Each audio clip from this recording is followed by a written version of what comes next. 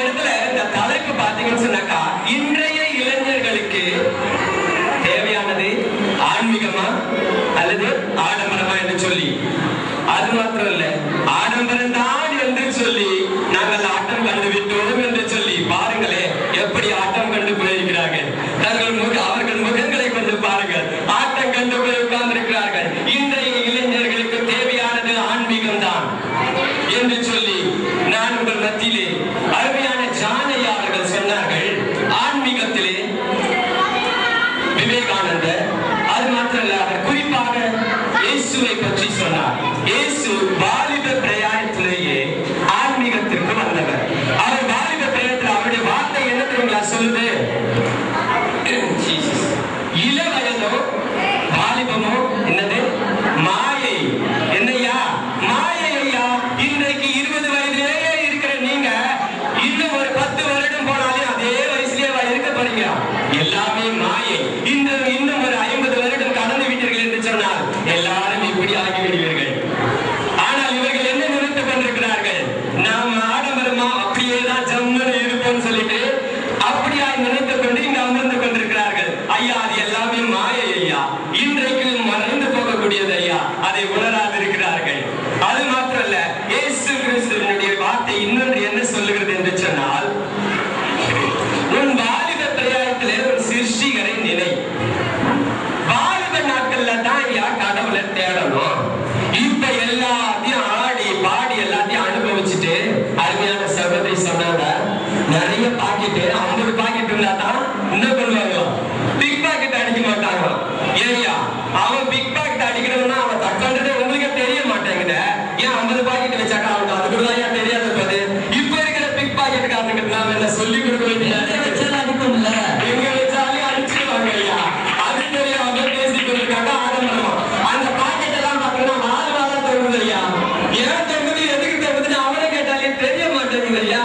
ஏன் தம்பி இப்படி போடுறீங்கன்னா அதுதான் தெரியல. ஏன் எல்லாரும் போடுறாங்க, நானும் போடுறேன். அப்படி இல்லையா? ஆனால் ஆன்மீகம் எல்லாருக்கும் உண்டான ஒரு காரியம். இயேசு அதை பற்றி தான் சொல்லியிருக்கிறார். அது மாத்திர அருமையான சகோதரி சொன்னாங்க, செல்போனை குறிச்சி. எனவே செல்போன் என்னையா? செல்போன் அதை தேவையான காரியங்களுக்கு பயன்படுத்துங்கள் என்றுதான் நாங்க சொல்றோம். ஆனா இவங்க என்ன தெரியுங்களா செய்யறாங்க? நீங்க எல்லாம் ரோட்ல நடமாடிட்டு இருக்கீங்க, பைக்ல போகும்போது பாருங்களேன், இப்படி வச்சுக்கிட்டு என்னது இப்படி வச்சுக்கிட்டு போய் மத்தான போது அவங்க சொல்றது ஐயா, இதெல்லாம் ஆடம்பரம். எதுக்கு ஐயா இந்த ஆடம்பரம்? ஆன்மீகத்தோடு இருந்து பாருங்களேன். ஆடமா வண்டியை நிறுத்துவீங்க, பேசிட்டு அது பிறகுதான் வண்டியை எடுத்துட்டு போவாங்க. ஆனா இவங்க எப்படி தெரியுமா? இவங்களை பார்த்து எல்லாரும் ஆடணும் அதெல்லாம் வச்சுட்டு அப்படியே போவாங்க. எதுக்கெல்லாம் இந்த ஆடம்பரம்? யாரெல்லாம் தேவையில்லாத ஆடம்பரம் நம்முடைய வாழ்க்கைக்கு தேவையில்லாது. ஆனால் இந்த உலகத்துல ஒரு பழமொழி சொல்லப்பட்டிருக்கிறது நடுவர் அவர்களே. இந்த உலகத்துல ஒரு பழமொழி சொல்லப்பட்டிருக்கிறது. என்ன தெரியுங்களா? 20 ஆட்டம் 60 ஓட்டம் ஐயா. 20 ஆட்டம் 60 ஓட்டம் ஐயா. ஓடுகிற நேரத்தில் எதுக்கையா ஆன்மீகத்துக்கு வரப்படுறீங்க? எல்லாம் நல்லா இருக்கும் போதுதான் ஐயா கடவுளை தேடணும். அதை விட்டுட்டு தள்ளாடுகிற வயல் அது மாத்திரம். இதே உலகத்துல இன்னொரு காரியத்தை சொல்லியிருக்கிறாங்க, 6 சாவு 100 சாவு. அப்படி இப்ப செத்து போயிட்டா என்ன பண்ணுங்க? இப்ப செத்து போயிட்டீங்கன்னா என்ன பண்ணுவீங்க? அதுக்குதான் சொல்றது, ஆன்மீகத்துக்கு வந்தாக்கா கடவுளோட கூட நாம இருப்போம். ஆனால் இந்த இடத்துல பாத்தீங்கன்னா அருமையான சகோதரி இன்னொரு காரியத்தை குறித்து சொன்னாங்க. நான் என்ன சொல்றேன்னா, ஆடம்பரம் என்று சொன்னால் எல்லா சகோதரிகள்லாம் பாத்தீங்கன்னா நிறைய போட்டுப்பாங்க. திருமணத்துக்கு போகும்போது கழுத்துல எப்படி ஒரு ஆட்சியும் இருக்கும், இதுல மாட்டிக்கணும், அதுல எல்லாத்தையும் இருக்கிறது எல்லாத்தையும் எடுத்து மாட்டிக்கிட்டு போவாங்க. அது என்னது ஐயா? ஆடம்பரம். ஆனா அதையும் மறைத்து விட்டா என்ன தெரியுங்களா ஐயா செய்யறாங்க? குழியில இறங்குற பிறகு கூட அடங்குறான் ஐயா. என்ன பண்றான்? கொண்டு போய் உள்ளார வச்சு பிறகு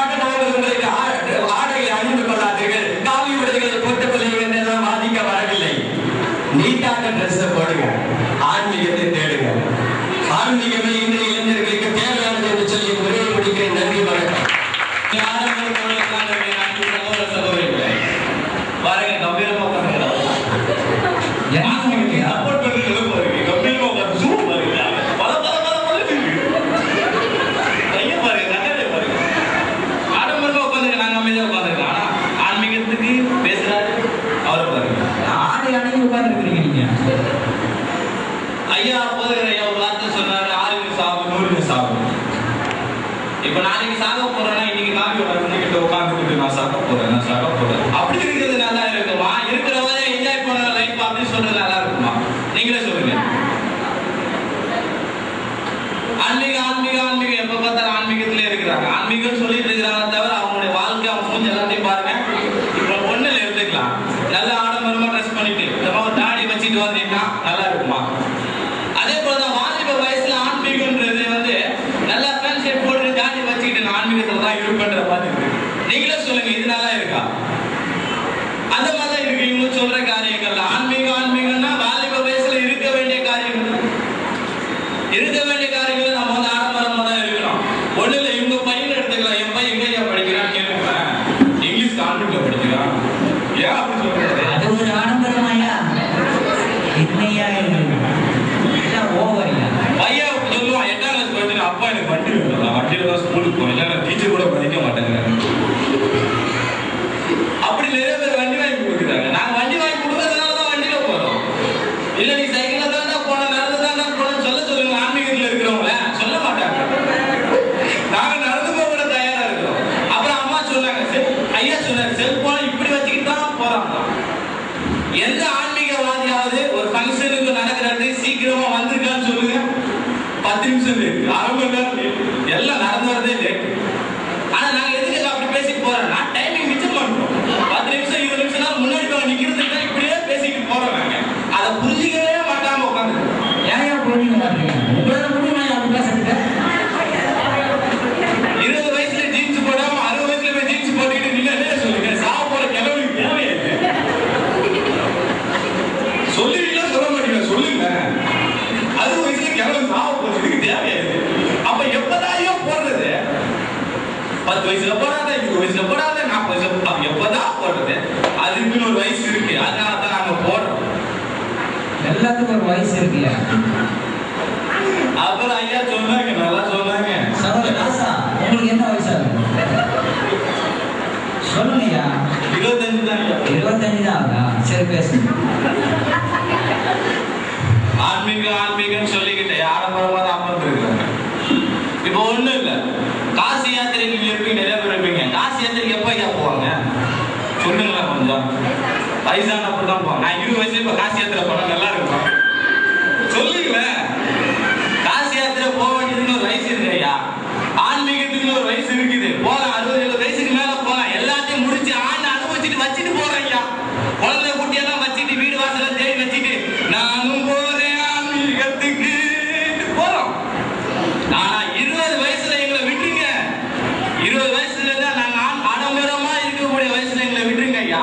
அழகான ஒரு செல்போன், அழகான ஒரு வண்டி, நல்ல வாலிப பசங்களோட என்ஜாய் பண்றது ஒரு லைஃப். எங்க அன்பு சத்தத்தை வார்த்தை சொன்னா லைஃப் பண்றதுக்கு இவ்வளவு நல்ல மீனிங்கோட சொல்லி சொன்னார். இதெல்லாம் விட்டா வாழ்க்கை 40 வயசுல ஆன்மீகத்துக்கு தொலைவில் பண்ணிட்டு இப்படி தலையில கை வச்சுக்கிட்டு நம்ம போறோம் இப்படி போய்கிட்டே இருந்தா எப்படி ஐயா லைஃப்? வாழ்க்கைன்றது வாழ்வதற்கு தான். அப்படிதானுங்களா? வாழ்க்கை வாழ்வதற்கு தானுங்க. இதை மாற்றம் இருக்கா சொல்லுங்களேன். வாழ்க்கை வாழ்வதற்கு. இவங்க வாழ்க்கை ஆன்மீகத்துக்கு. போக நீங்க ஆன்மீகத்துக்கு நாங்க ஆடம்பரமா தான் இருப்போம். எங்க 20 வயசுல நாங்க எப்படி இப்படிலாம் இருக்குமோ அப்படிதான் இருப்போம். முடிச்சு கொடுங்க. ஒரு காரியத்தை நீங்க புரிஞ்சுக்கோங்க. இவங்க பேசினது எல்லாமே தகப்பனுடைய விருப்பம். குழந்தை நல்லா இன்ஜினியரிங் படிக்க வைக்கணும், கான்வென்ட்ல படிக்க வைக்கணும். இது தகப்பனுடைய விருப்பம். அங்க ஆடம்பரத்துக்கு இடம் இல்லை.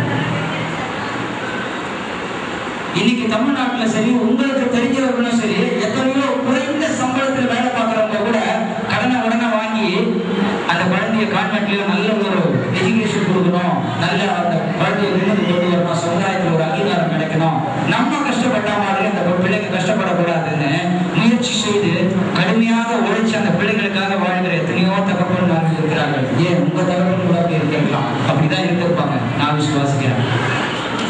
ஆகவே அதை நாம் ஆடம்பரமாக எடுத்துக்கொள்ள முடியாது. அதே போல ரெபெக்கா சிஸ்டர் பேசினா, சமுதாயத்துல இப்படி உடை அணிஞ்சாதான் மதிப்பு. எத்தனை பேர் அங்கீகரிக்கிறீங்க?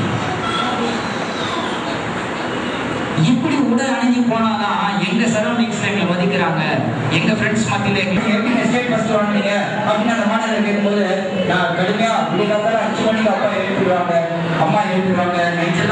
சான்றிதழ் கொடுப்பாங்க. என்ன பேரண்ட்ஸ் உற்சாகப்படுத்தினாங்க, டீச்சர்ஸ் உற்சாகப்படுத்தினாங்க. கடுமையா நான் உழைச்சேன். எல்லாவற்றுக்கும் மேலாக கடவுளுடைய அனுகிரகம்னு சொல்லி நாம் கேட்டுக்கிறோம். அதே போல ஹாஸ்பிட்டல்ஸ்ல பாத்தீங்கன்னா எல்லா கம்யூனிகேஷன் டெவலப்மெண்ட்டை பத்தி பேசுறாங்க. கம்யூனிகேஷன்லாம் டெவலப் ஆயிருக்கு. நல்ல ஒரே ஒரு சாட்சி நான் உங்களுக்கு சொல்றேன். இன்னைக்கு கம்யூனிகேஷன் டெவலப் பண்ண முடியும் வந்திருக்கோம். எத்தனை பேர் ஆரம்பிக்கிறீங்க? எத்தனை பேர் ஆரம்பிக்கிறீங்க? இன்னைக்கு இந்த கம்யூனிகேஷன் மீடியாக்களை நம்ம ஆன்மீக வாழ்க்கைக்கு தான் யூஸ் பண்ணிக்கிட்டு இருக்கோம். இதை ஏன் உணர மாட்டீங்க? ஹாஸ்பிட்டல்ல போனீங்கன்னா எங்களால் முடிஞ்ச அளவுக்கு சமீபத்தில் அப்போலோ ஹாஸ்பிட்டல் போக வேண்டிய சூழ்நிலை. மிக கொழுத்த பணக்காரர்கள், மிக கொழுத்த பணக்காரர்கள், மிக கொழுத்த பணக்காரர்கள் அவர்கள் பார்த்தீங்கன்னா நோய்வாய்ப்பட்டு அவங்க ஹாஸ்பிட்டல் அட்மிட் ஆகிறத பார்த்துருக்காங்க. பணத்தை தண்ணி மாதிரி செலவு பண்றாங்க, தண்ணி மாதிரி செலவு பண்றாங்க. ஆனா டாக்டர் சொல்லுகிற காரியம் எங்களால் முடிஞ்ச வரைக்கும் பார்த்துட்டாங்க. இல்லை கடவுளை அனுகிரகம் தான், கடவுள் கையில தான் இருக்கு, எங்க கையில ஒண்ணுமே இல்லை. அல்லேலூயா சொல்லுங்க, உண்மையா இல்லையா? ஆமோதிக்கிறவங்க நான் வைக்கிறேன். நீங்க என்ன பணத்தை சம்பாதிச்சு நீங்க ஆடம்பரமான வாழ்க்கை வாழ்ந்தாலும் கழிக்கவே இல்லை. உண்மையிலும் என்ன ஒரு ஆன்மீக வாழ்க்கையில நீங்க வாழ்ந்தீங்கன்னா நீங்க வாழ்ந்ததுக்கு அப்புறம் வாழ்வீங்க. ஆடம்பர வாழ்க்கை வாழ்ந்தீங்கன்னா அந்த ஆடம்பர கூட வராது. அதுதான் மாணிக்கமாக சொன்னாங்க. எனக்கு அன்பு